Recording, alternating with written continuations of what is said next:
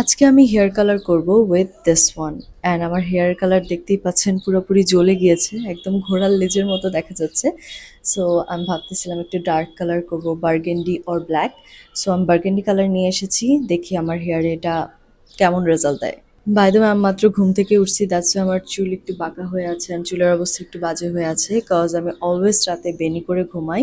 And যারা যারা জানতে চাচ্ছিলেন যে আমার হেয়ার অ্যাকচুয়ালি স্ট্রেট কিনা, আমি কখনো কেরাটিন করেছি কিনা বা রিবন্ডিং করিয়েছি কিনা, নো, আমি কখনো এইসব কিছুই করাইনি। আমার চুল বাই বর্ন স্ট্রেইট, আমার বংশগত স্ট্রেইট আর কি।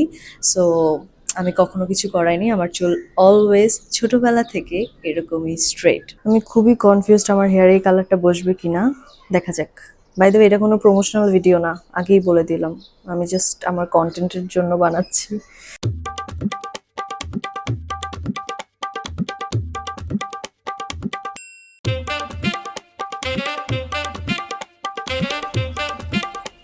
আমি টোবের কালার আগেও ইউজ করেছি অ্যান্ড এটা মোটামুটি ভালোই কাজ করে, বাট এই কালারটা না আমি আসলেই কনফিউজড।